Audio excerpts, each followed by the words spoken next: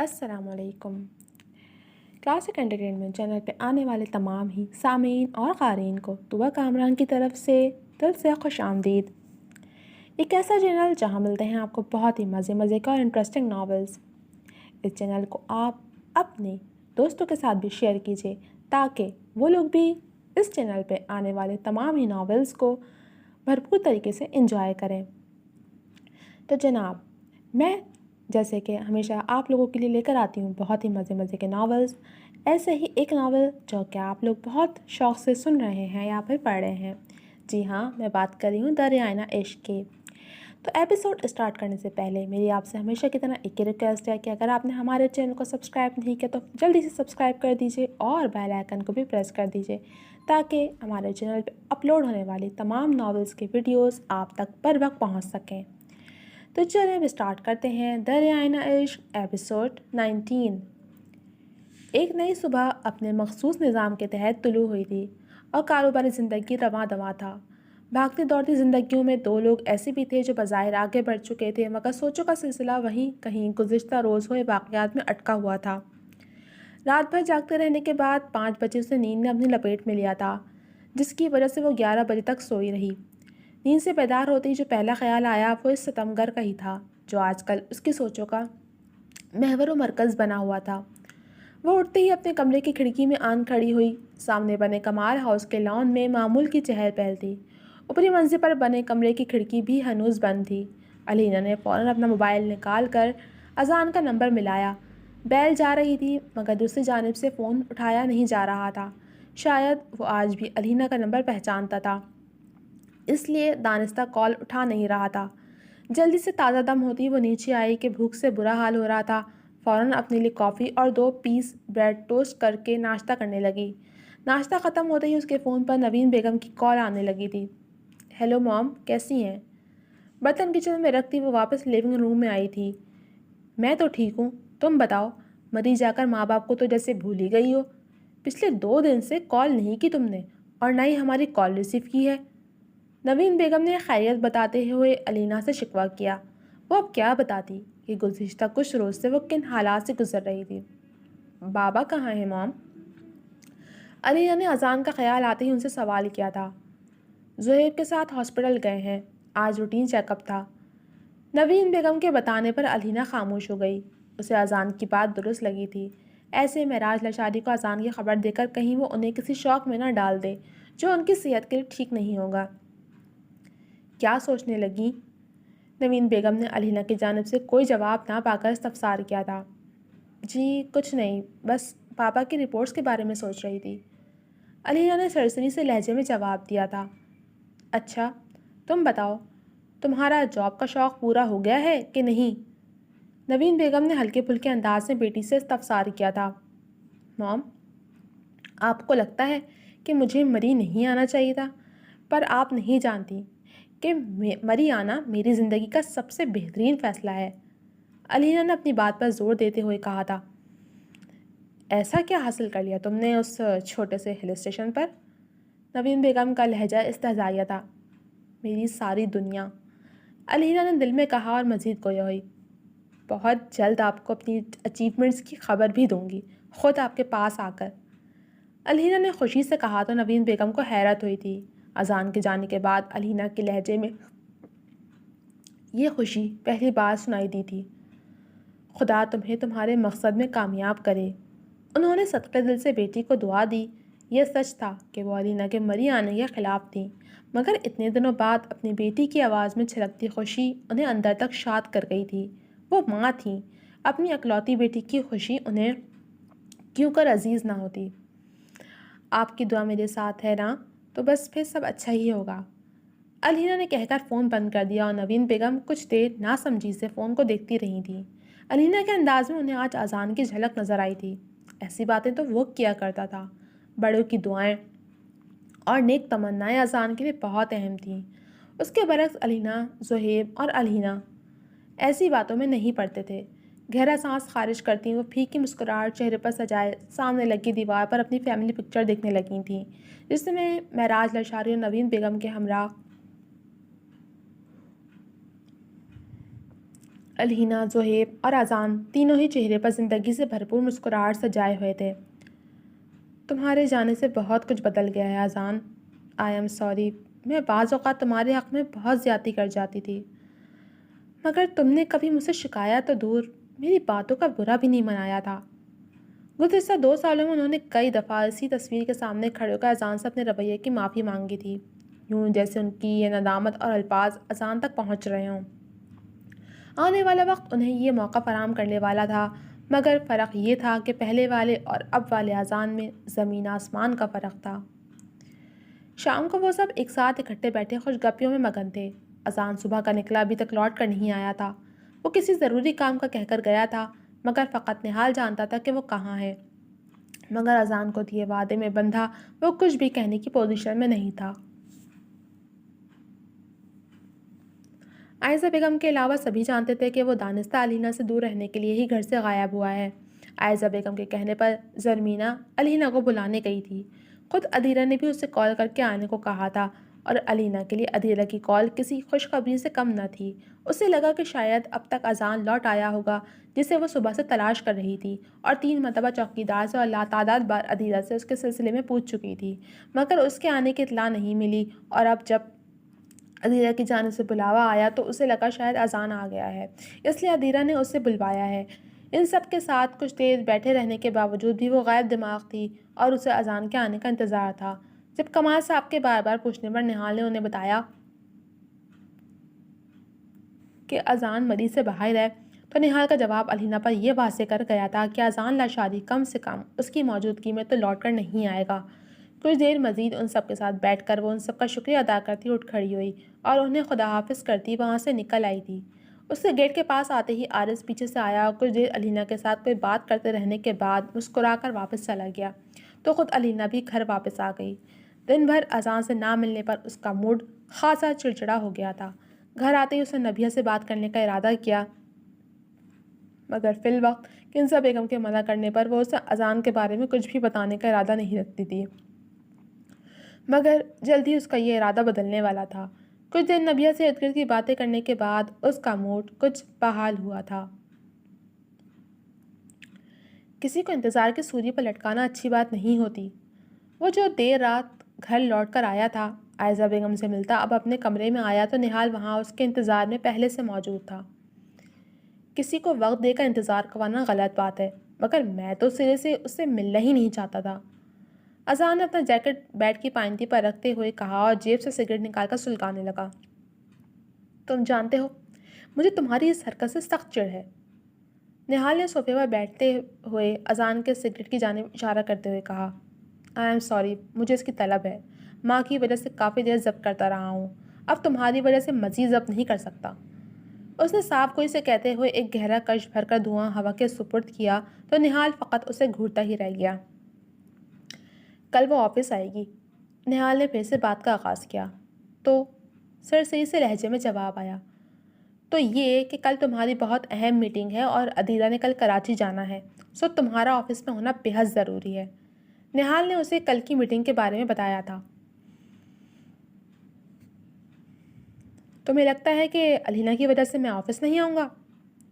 اذان نے نہال کو دیکھتے ہوئے جتلاتی مسکراہٹ کے ساتھ پوچھا تھا، جیسے آج دن بھر گھر نہیں آئے۔ نہال نے بھی اسی کے انداز میں جواب دیا، مصروف تھا۔ لاپرواہی میں پرویا جواب آیا، الہینہ سے چھپنے کی منصوبہ بندی کر رہے تھے۔ نہال نے برجستگی سے جواباً سوال کیا، تمہیں ایسا کیوں لگتا ہے؟ اذان نے ایک تیز نظر اس پر ڈالتے ہوئے استفسار کیا، کیا ایسا نہیں ہے؟ ایک بار پھر جتلاتے ہوئے لہجے میں جواب کے بجائے سوال کیا گیا تھا۔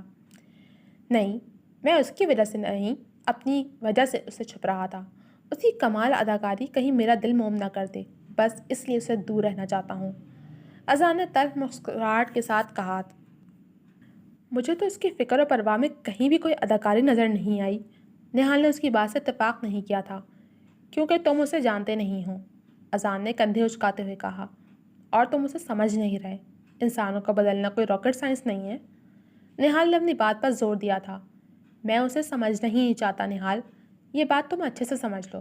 جو کچھ میں جان اور سمجھ چکا ہوں، اس کے بعد مزید سمجھ میری سمجھ بوجھ ہی چھین لے گی، اور ایسا میں ہونے نہیں دے سکتا۔ اذان کی بات پر نہال نے حال مارنے والے انداز میں سر نفی میں ہلایا تھا۔ یہ والا اذان مجھے بالکل پسند نہیں ہے، نہال سر جھٹک کر کہتا اٹھ کھڑا ہوا۔ نہال کی بات پر اذان کے چہرے پر مسکراہٹ بکھر گئی تھی۔ اذان تو بہت سو کو ناپسند ہے۔ اذان کی بات پر نہال کے بڑھتے قدم رک گئے۔ سو جاؤ، یو نیڈ ریسٹ، شاید تمہارا دماغ کام کرنے لگے۔ اذان کا کندھا تھپک کر وہ اس کے کمرے سے نکلتا دروازہ بند کر گیا تھا۔ ریسٹ ہی تو نصیب میں نہیں ہے، جاگتے میں وہ ستاتی ہے اور سوتے ہوئے اس کے خواب۔ الہینہ کے عکس کو ذہن میں تازہ کرتے ہوئے اس نے سر جھٹک کر خود سے کہا تھا، آج کی رات بھی یوں ہی آنکھوں میں کٹنے والی تھی۔ ایک نئی صبح نئے واقعات کے ساتھ طلوع ہوئی تھی۔ سورج اور بادلوں کی اٹکھیلیاں جاری تھیں، دونوں ہی ایک دوسرے پر سبقت لینے کی کوشش میں لگے ہوئے تھے۔ صبح الینہ لاشاری سو کر اٹھی تو سب سے پہلا کام اپنے کمرے کی کھڑکی میں آنا تھا، جہاں سے کمال ہاؤس کے باہر کا منظر بہت واضح تھا، اور ابھی جو نظارہ اس کی آنکھوں کے سامنے تھا اس نے الینہ کو ہوش کی دنیا میں دھکیلا۔ اذان، عدیرہ اور نہال کے ہمراہ گاڑی میں سوار ہو رہا تھا، مطلب وہ واپس اسلام آباد کے لیے نکل رہا تھا۔ الینہ نے چونک کر گھڑی کی جانب دیکھا تھا، جہاں 6:30 ہو رہے تھے۔ اسے 9 بجے آفس پہنچنا تھا۔ وہ جلدی سے فریش ہو کر آفس کے لیے سرسری سا تیار ہو کر نیچے آئی، بھاگتے بھاگتے ناشتہ کیا، جبکہ کنزا بیگم جو ابھی اپنے کمرے سے نکلی تھیں اس کی جلد بازی دیکھ کر حیران رہ گئیں۔ الینہ، کیا ہو گیا ہے بچے؟ کنزا بیگم نے استفسار کیا۔ کچھ نہیں پھپھو، بس وقت پر آفس پہنچنا ہے ورنہ اذان بہت باتیں سنائے گا۔ الینہ یہ کہہ کر تیزی سے دروازے کی جانب پڑی تھی۔ اب بھی یہ جاب کنٹینیو کرو گی؟ جانتے پوچھتے انہوں نے سوال کیا تھا۔ ہاں، اذان کے پاس رہنے کے لیے کچھ بھی، الینہ کہہ کر باہر نکلی، جبکہ کنزا بیگم بس اس دیوانی کو دیکھتی رہ گئی تھیں۔ اسے آفس پہنچتے پہنچتے 9:30 ہو گئے تھے۔ وہ بھاگ کر لفٹ میں داخل ہوئی اور 4تھ فلور کا بٹن دبا دیا۔ لفٹ 2nd فلور پر رکی تو الینہ کوفت کا شکار ہوئی۔ وہ جلد سے جلد اپنے کیبن میں پہنچنا چاہتی تھی۔ الینہ کی نظر لفٹ کے باہر کھڑے اذان پر پڑی، جس کا سارا دھیان اپنے فون کی جانب تھا، تو اسے دیکھتے ہی وہ ایک دم پرجوش سی ہو گئی۔ اس نے لفٹ میں داخل ہوتے ہی الینہ کی نظریں خود پہ محسوس کرتے چونک کر اس کی جانب دیکھا۔ گڈ مارننگ، الینہ نے مسکرا کر اسے صبح کا سلام پیش کیا، مگر جواباً اسے ایک گھوری کے سوا کچھ نہ ملا۔ وہ مسکرا کر اذان کو دیکھتی کچھ سوچنے لگی۔ لفٹ کھلی تو وہ برق رفتاری سے لفٹ سے نکل کر اپنے کیبن کی جانب پڑا تھا، مگر اس سے پہلے ہی الینہ جلدی سے اس کے راستے میں آئی تھی۔ مجھے بات کرنی ہے، الینہ نے اذان کا راستہ روکتے ہوئے کہا۔ اذان نے ایک نظر ارد گرد دیکھا تھا، جہاں سبھی دلچسپی سے ان کی جانب دیکھ رہے تھے۔ اذان کے متوجہ ہونے پر سب کنکھیوں سے انہیں دیکھتے بظاہر خود کو مصروف دکھانے لگے۔ اذان کو الینہ کی حرکت سے کوفت ہوئی تھی۔ یہ آفس تھا، یہاں وہ اہان کمال تھا، اور عدیرہ کی غیر موجودگی میں کسی نئی لڑکی کے ساتھ اس کی ایسی بے تکلفی لوگوں کے لیے دلچسپی کا باعث تھی۔ خاص کر الینہ کے ساتھ پہلی ملاقات کے بعد سبھی ان دونوں کو لے کر تجسس کا شکار ہو چکے تھے۔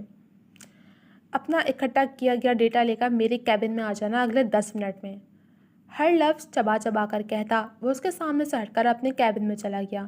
اذان کا جھنجھلایا ہوا انداز الینہ کے چہرے پر مسکراہٹ لے آیا تھا، جسے سب نے زوم آئی نظروں سے دیکھا تھا۔ وہ اپنے کیبن سے فائل لیتی باہر آئی، جس میں اس نے خان انٹرپرائزز کے لیے لائے گئے کانٹریکٹس کی تفصیلات لکھ رکھی تھیں۔ جب وہ فائل لی اذان کے کیبن میں آئی تو اس سے پہلے کہ وہ کچھ کہتی اذان نے ہاتھ بڑھا کر اس سے فائل مانگی تھی۔ یہ کانٹریکٹس آپ نے حاصل کیے ہیں مس الینہ لاشاری؟ فائل پر نظریں ڈالتے ہی اذان نے طنزیہ مسکراہٹ کے ساتھ کہا تھا، یوں جیسے یہ کوئی مذاق ہو۔ کیوں، ان میں کیا برائی ہے؟ یہ سب ٹاپ کمپنیز ہیں، ان کے ساتھ کانٹریکٹس یقیناً ہماری کمپنی کے لیے فائدے مند ہوں گے۔ الینہ کو اذان کے اعتراض کی وجہ سمجھ نہیں آئی تھی۔ آپ کی کمپنی نہیں مس لاشاری، میری کمپنی، اور آپ کا نہیں، مجھے خان انٹرپرائزز کا فائدہ دیکھنا ہے۔ ان میں سے کوئی بھی نام خان انٹرپرائزز کے لیے فائدہ مند نہیں ہے۔ آپ کو اپنی معلومات اور اسٹریٹجیز کو اپ گریڈ کر لینا چاہیے۔ ہنوز سابقہ انداز میں کہتا وہ الینہ کے ماتھے پر بل ڈالنے میں کامیاب ہو گیا تھا۔ یہ سب اس لیے کہہ رہے ہو نا اذان؟ الینہ نے کچھ کہنا چاہا، جسے اذان نے تیز لہجے میں بیچ میں ہی کاٹ دیا تھا۔ میں یہ سب صرف اور صرف اس لیے کہہ رہا ہوں کہ اس لسٹ میں لکھے سبھی نام ہم آزما چکے ہیں، اس لیے دوبارہ سے اسی راستے پر چلنے کا سوال ہی پیدا نہیں ہوتا۔ کہتے ہیں نا کہ مومن ایک ہی سوراخ سے 2 بار نہیں ڈسا جاتا۔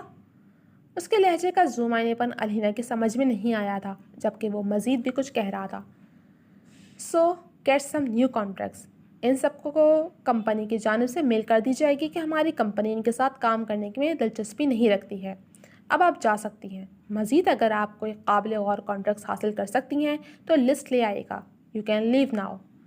علینا کی بات کاٹنے کے بعد اس نے ایک ہی سانس میں اپنی بات مکمل کرتے پائل سامنے میز پر پٹک کر اسے جانے کا اندیا دیتے ہی اپنا رخ سامنے کھلے لیپ ٹاپ کی جانب موڑ لیا تھا۔ I am talking to you damn it. وہ غصے سے اذان کی جانب بڑھی اور سامنے کھلا لیپ ٹاپ پٹکنے کے انداز میں بند کرتی قدرے بلند آواز میں کہنے لگی۔ بار بار اذان کا اسے اگنور کرنا اسے گوارا نہیں تھا۔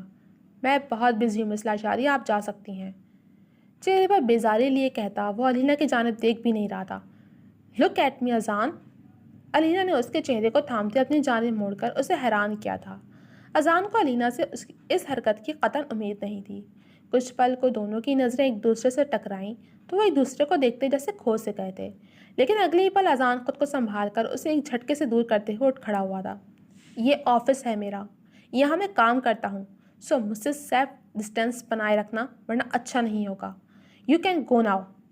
خاصے تلخ لہجے میں کہتا وہ علینا کو کچھ بھی کہنے کا موقع دیے بنا انٹرکام کی جانب بڑھ کر اپنے مینیجر سرفراز کو بلا چکا تھا۔ اب علینا کے پاس کوئی اور چارہ نہیں تھا۔ سرفراز کی اجازت مانگ کر اندر آنے پر وہ خاموشی سے وہاں سے نکل گئی تھی۔ ادھیرا آفس سے کام اور اپنے دوست کی پارٹی میں شمولیت کے لیے کراچی آئی تھی۔ پارٹی رات کو تھی، اس لیے دن کو وہ اپنے آفیشیل کام نپٹا کر رات آرام سے پارٹی اٹینڈ کرنا چاہتی تھی۔ میٹنگ اٹینڈ کرنے کے لیے وہ جس بلڈنگ میں آئی تھی وہاں متعدد ملٹی نیشنل کمپنیز کے آفس تھے۔ ابھی بھی وہ کلائنٹ سے ملنے کے بعد ان کے آفس سے نکل کر لفٹ کے ذریعے گراؤنڈ فلور پر پہنچی تھی، اور جب وہ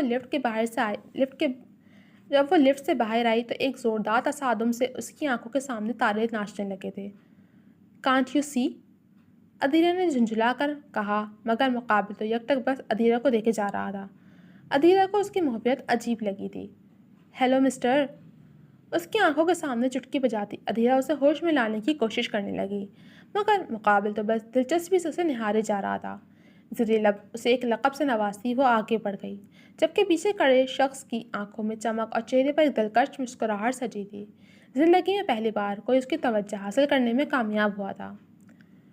علینا کا باقی کا پورا دن غصے میں کھولتے گزر گیا تھا۔ اذان نہال کے ساتھ بیک ٹو بیک کئی میٹنگز اٹینڈ کرتا ابھی تک لوٹ کر نہیں آیا تھا۔ ادھیرا بھی یہاں نہیں تھی اور ایسے میں اس کے پاس اسلام آباد رکنے کا کوئی جواز نہیں تھا، مگر وہ مری جانا نہیں چاہتی تھی۔